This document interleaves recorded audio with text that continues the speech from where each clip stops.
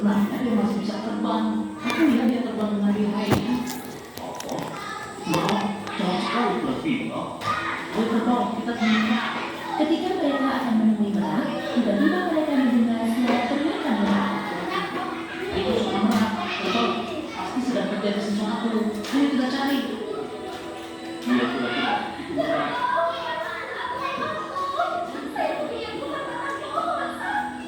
Bohong, kamu memanfaatkan kandang. Kamu sebenarnya masih bisa terbang. Buktinya kamu bisa sampai di sini.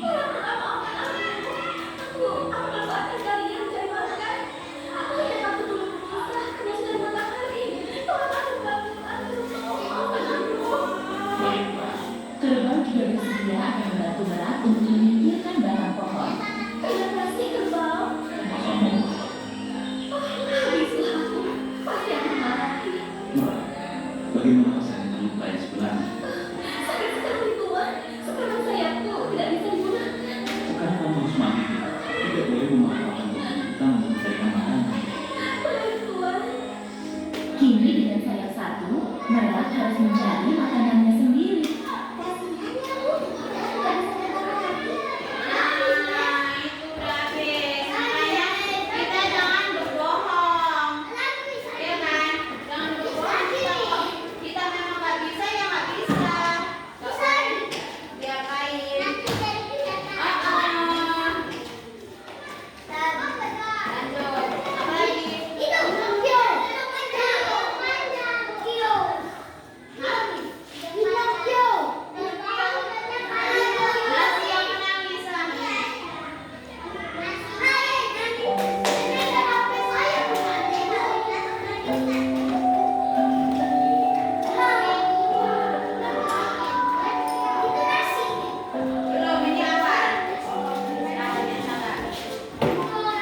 Nasi yang manis.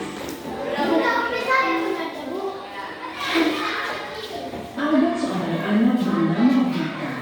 Dia suka bermain, tapi sering malas makan.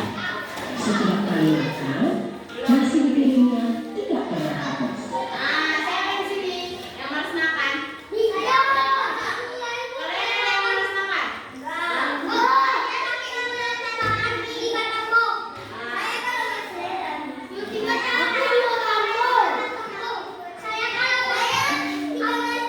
Suatu sore setelah makan, Vika meninggalkan makanannya. Ia lari keluar rumah untuk bermain, meninggalkan makanan di piring begitu saja. Di tengah malam yang sunyi, piring yang berisi sisa nasi tiba-tiba bergetar pelan. Butiran nasi saling berbisik. Salah satu nasi menangis pelan. Aku sedih, kata si nasi putih. Kami tumbuh dari padi, melewati hujan, panas, dipanen dengan susah payah.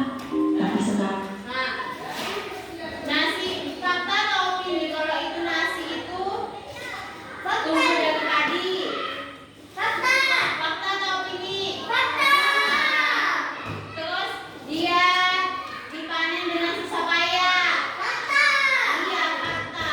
Kenapa ya lo padi itu dipanen? Kena hujan.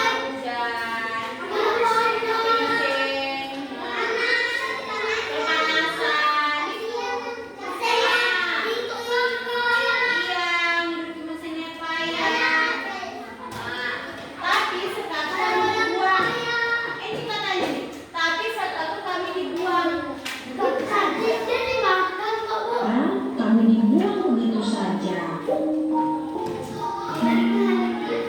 Nasi lain berkata, kita ingin memberi tenaga, memberi kebaikan, tapi tidak dihargai. Itu sangat menyakitkan. Anak-anak mereka berubah menjadi uap kecil. Malam itu, Dika bermimpi. Ia berada di tengah sawah yang luas.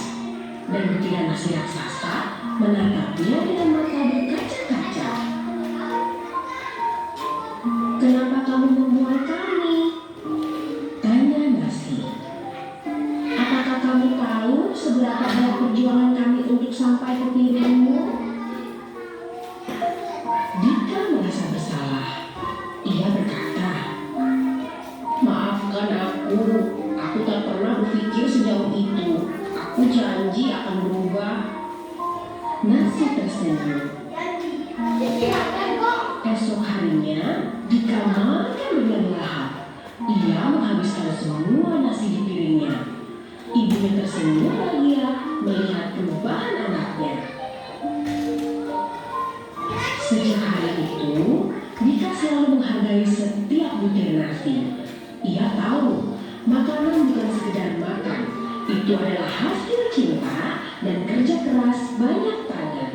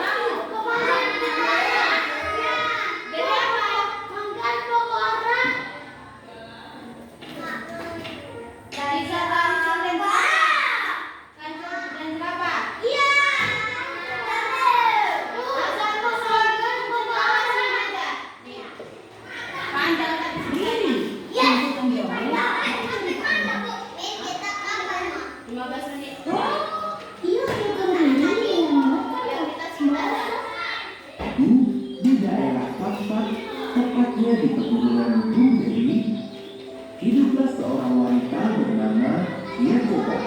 Kemanapun ia pergi, ia selalu menemani anjing betinanya yang setia. Seperti biasa, mereka berdua berjalan menyusuri hutan untuk mencari buah dan bahan makanan lainnya. Hari ini kita harus berhasil membawa makanan yang banyak. Setuju? Namun, perjalanan hari ini ternyata cukup melelahkan. Hari ini sungguh panas. Sebaiknya istirahat sebentar. Kita cari tempat teduh dulu. Mereka pun beristirahat sejenak di tempat yang teduh. Hei, buah apa ini? Tanpa sengaja, Yakoba menemukan buah aneh yang belum pernah dia lihat. Kamu mau coba buah ini? Anjing betina itu pun memakan buah yang diberikan oleh Yakoba. Melihat anjingnya makan dengan lahap, Yakoba